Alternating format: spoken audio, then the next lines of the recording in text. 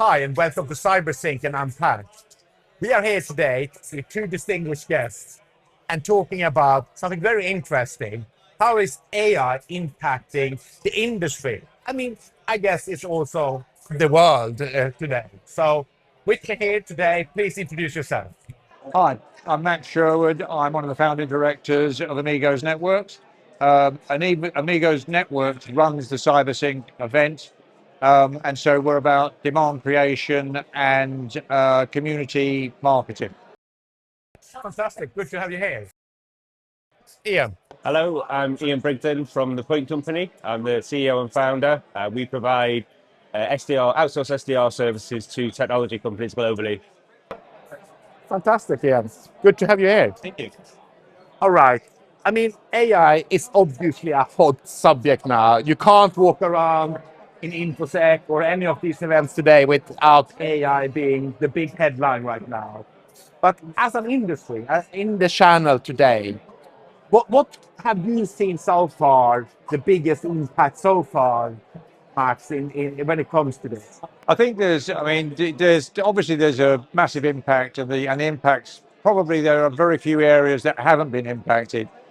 But what I would say is the two that really resonate with me are one, the fact that people believe they can create content without having to put any input into it. So AI gives you the ability to produce content and the logic behind the content and what that content's meant to do has been lost in the process. So that's a great empowerment, but also a major concern.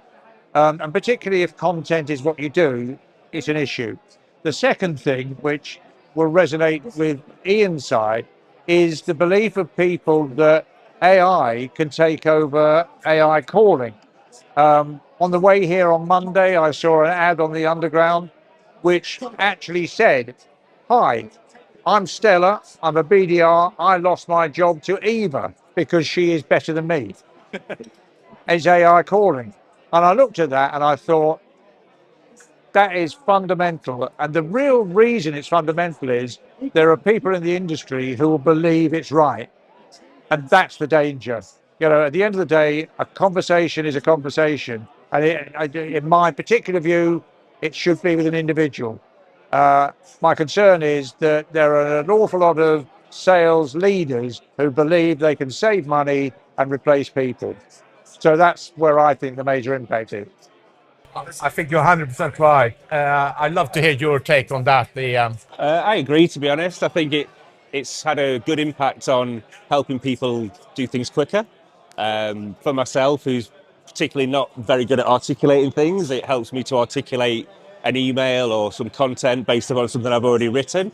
But just to create something or to do a call, I think does need a personal element. I think it's a long way away from being able to do that. I think probably in the future it will do, but for the time being, I think there's a long way for it to go to be able to have an articulated conversation that doesn't stick to a certain script, so to speak. Well, 100%. To your point earlier here, Max, and to your point here is you can still distinguish it quite easily, can't you? If it's just content for the sake of content generated by AI, or if it's a bot, it's still distinguishable. And do you really want to be called up by a bot, or do you really want to read nonsense content created by AI or actually some thought behind it? We are not there yet, are we? But I think also the most important thing is today, or over the last 2 days, this room has been full of customers, buyers, CISOs, security experts. None of them are here because they want to be talked to by a bot. And also the other thing is, it's not just what they say, it's how they say something which gives you the buying signals. And the one thing that I think is fundamental is you will never get an order through an email. And I don't believe you get an order through a bot, because I don't believe you will get that level of understanding what the sales message. I think you'll get an awful lot of the processing, but there are times when you look at someone, it's not necessarily what they say, it's how they look that tells you there's an order there. 100%. Until the day we can have an AI placing a purchase order for organizations, we're going to have a human interaction. I'll be dead, so it won't worry me. No, but you're onto something. And I mean, we are a bit from that, and I don't think we're going to end up there in any day soon. Or what do you think? I mean, to your point earlier there, it is a force multiplier. It is a way to make you more efficient if you know how to use the toolage. We shouldn't shy away from new technology, but it's not replacing humans yet, are we? No, exactly. It's technology advances so quickly, and it's there to help and benefit people and improve what they can do, which I think AI is doing at the moment. I think with the calling element, there's also the security behind it. Obviously, being at InfoSec, you know, they're creating AIs apparently that can mimic other people's voices. How do you secure that? How do you know who you're talking to if it's always a bot? I think there's a lot of things that need to be uncovered and developed before it can actually take over a human approach. Oh, 100%. The security bit's a really interesting one because you actually, I think regulation will come in on the use of bots because going back to your point, who am I talking to or am I talking to someone and am I secure in that conversation? That's a big call. Hello? 100%. Some of the earlier pods we had here, we covered subjects like shadow AI. In essence, when you embed AIs in your tool sets, and you don't even know in some cases that you're actually interacting or using AI, who is to blame?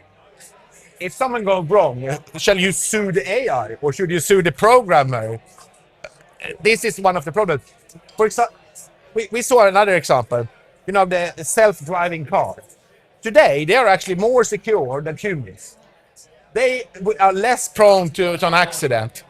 Why are not all cars self-driving today? Because, again, insurance companies and reliability and all of that.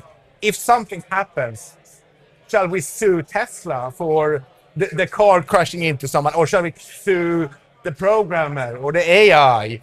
I think it's the same sort of problematics here, isn't it? Yeah, exactly. There's no accountability if it's an AI, is there?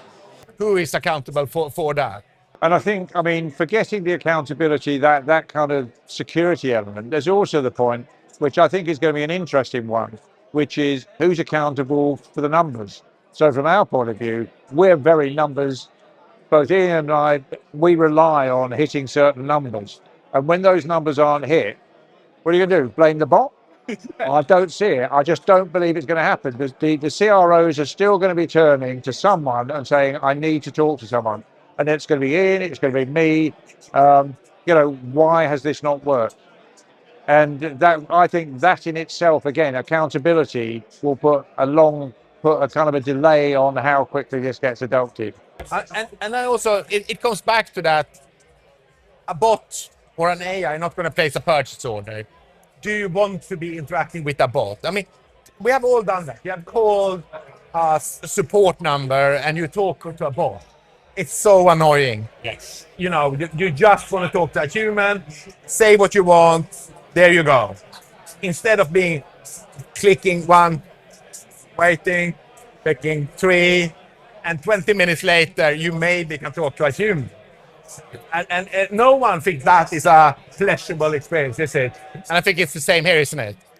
And I mean, your company, that's what you live on, isn't it?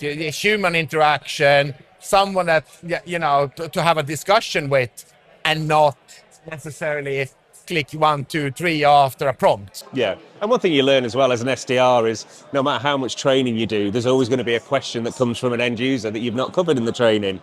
All AI is based on a script.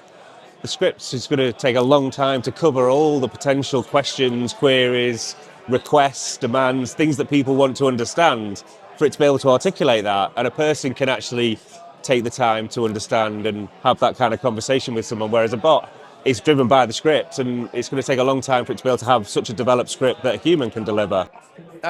Absolutely, and we've all been in business for quite a long time. I'm not tell you're old, but I am.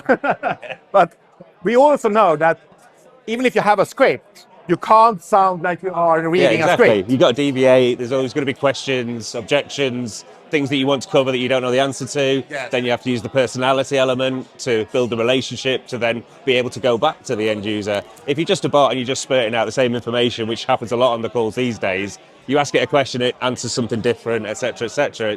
You get no relationship, you don't build any trust. and you just get annoyed and put the phone down. Whereas if you don't know the answer to a question and you're an SDR but you've got some personality, you can articulate the fact that you don't know and go and find the answer and go back to them. A bot couldn't do that because I've already annoyed them in the first place. I think from your perspective, if it was so simple that you could have a bot do it, why do you have good SDRs and bad SDRs? Because it's the same script. And so to me, the thing you've got to ask is your SDR, where does that bot start? At the low level? Because if that's the case, you're not going to achieve your numbers. Yeah. So Ian's got particular SDRs who, when someone asks that question, they know, as Ian said, they know how to respond to it, but they've also got experience. They've done it before and they know how to approach that. That's going to be so difficult because it's so quick. It's not something you can script. And I just don't see it. I just don't see it. But I also guess I'm a chief revenue officer today in one of the companies I'm engaged with. I get a lot of inbound on LinkedIn asking me, I want to buy this and this service. First thing I see is to see, have they even been on my account? They claim they know me, but it's clearly a bot that has created that. So first thing I do with my premium account is go and see, have they even been to my profile? Never. They have not even seen who I am, but they claim they know me. They claim they know my business. And it's the same with AI, I guess. I mean, if you've been reached by an AI that have no idea who I am, it's not going to go down well with the customer, is it? I don't think so. I mean, I think it's also a little bit, it's a little bit close to insulting to a customer that you feel you can put a piece of technology on to actually talk to them about building a relationship to place an order. Yeah. And Ian made the point about relationships. I don't believe many orders are placed without a relationship, however good your product is. And yet AI is suggesting it's going to take you down that process and get it to the point where the relationship's less important. That's a very difficult ask from a customer's point of view. And customers have got to be comfortable. Customers have choice. And I think they will make that choice. 100%. All right, guys, I guess we could sit and talk about this for an hour more. It's a very interesting subject. Yeah. But before we say we cut this for today, I just wanted to ask you one last question.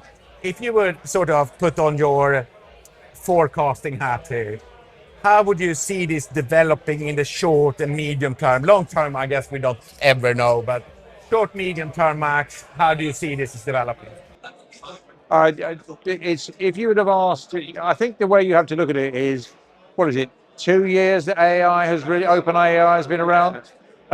If you'd have said 2 years ago you'd have what we have now, nobody would have believed it. So it makes it difficult to quantify it. However, my belief is that there will be people will start using it.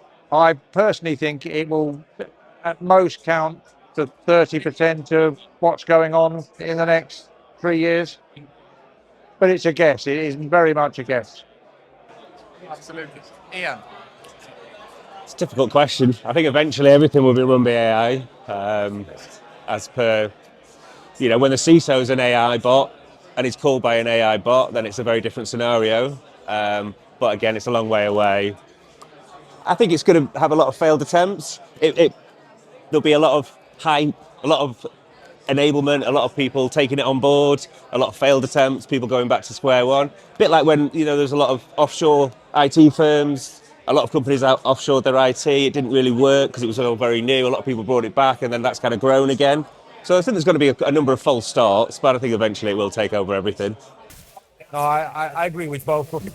Personally, think what will happen is AI will make things go faster, both down the wrong path as well as the right path. So to your point, we will have a lot of failures in this space. The long run, you're right. I think AI will become smarter and be eventually be harder and harder. And then we will have to work, so kind of win-win, really. I think the other point I would say about our type of business is that we need to evolve our business. So at the moment, there are kind of clear, we're talking about AI producing content or making calls. We need to evolve our businesses to factor in the AI element.